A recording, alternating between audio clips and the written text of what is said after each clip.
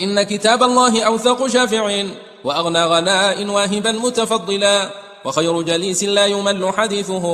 وترداده يزداد فيه تجملا، وحيث الفتى يرتع في ظلماته من القبر يلقاه سنا متهللا، هنالك يهنيه مقيلا وروضة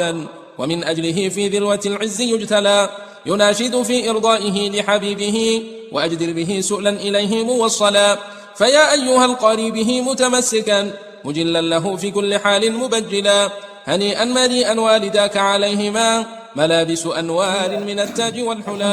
فما ظنكم بالنبي على نبينا محمد وعلى آله وصحبه أجمعين. إن شاء الله تعالى وحاربنا إن ولا لهم مسلمين تأ خاصة صومالي ذا إن لو ذا إنه أهم معلومة عندهم أدل سورة أحمر كسابسا مدارس قرآنك أما دكسية dhibaatooyin badan oo waalidiinta ay ka caawinayaan ay leeyihiin dugsiyada waxba lagu barto yaan rabnaa insha Allah ta'ala wixii Ilaahay subhanahu wa ta'ala noo waafajiyo inaan bal naga aadan inaan kaga hadalno insha Allah ta'ala silsilad aan insha Allah marna aan istaagi doono waalidiinta mulaaxadaadka ay leeyihiin macallimiinta mulaaxadaadka ay leeyihiin insha Allah si meesha ayada bal looga fahmo dhibaatooyinka jiraan. ولا ليال هدان والدين تكوهر مرنو عنو قاد هدي سببتا وقرآن كاللبرانينين وحان لينا هاي وحاكوك أذيق والد كأه عنو قاد مكي قرآن كا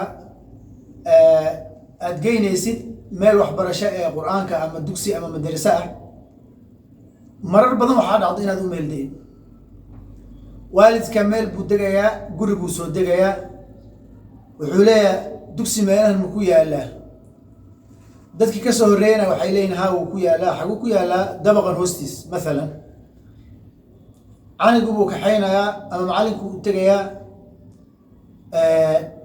أصلا مدرسة حالة يدو حيتان وجين ومدرسة معلمين كوفي لان له 100 مدرسة مستوى هذا في عينها مدرسة إيش عروض كتخرجان با مدرسة قرآن كسيف على روح حفظيه با يوالدك أسوأ أرمها صور نسك حقيقين يوم معلمك وتجا وحوله المهنا وتائق قو المه معلمك كلا وريغيا موسم باريتان سماينين مدرسة نايتها مدرسة في عن مدرسة وحلو برتو المها لا صو صاروا معلمين كفيلن جوغان tartamada ka qayb gasho asoosan ogaan arrimahaas oo dhan wuxuu leeyahay macallin caruurtaas aan ku keenay iga qabo waalidka ugu fiicana wuxuu leeyahay macallin caruurta say wax u bartaan marka waalidiinta marka koobaad macallimiinta ama madaarista ay ilmahooda geynayaan madaarisa iska baareen ma aha waxaan is leeyahay haddii waalidiinta ay arinta ka fajignaan lahaayeen ee madaarista ay baaritaan ku sameyn lahaayeen macallimiinta hagaag lahaa iyo madaarista hagaag lahaa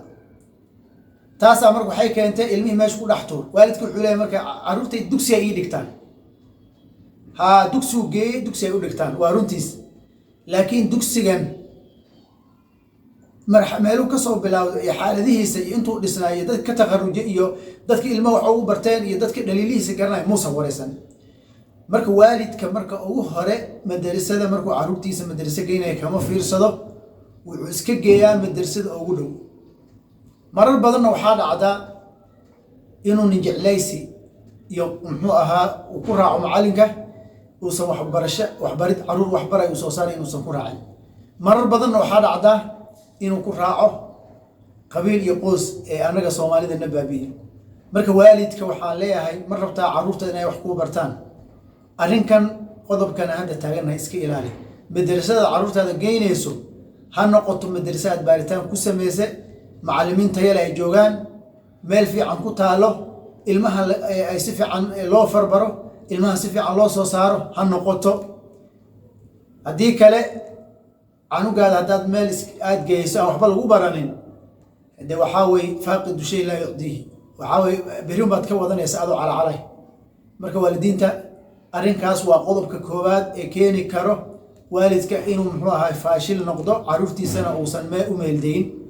marka insha Allah ta'ala ila qodobo dhowr ah ila 10 gaarayaan kaga hadli doonaa qodobka waa qodobka koowaad waxaan leeyahay canugaada hadaad doonayso inaad wax barto madrasa tayo leh oo la yaqaano oo bulshada garanayso oo qiimo leh insha Allah ta'ala qodobka waa qodobka koowaad insha Allah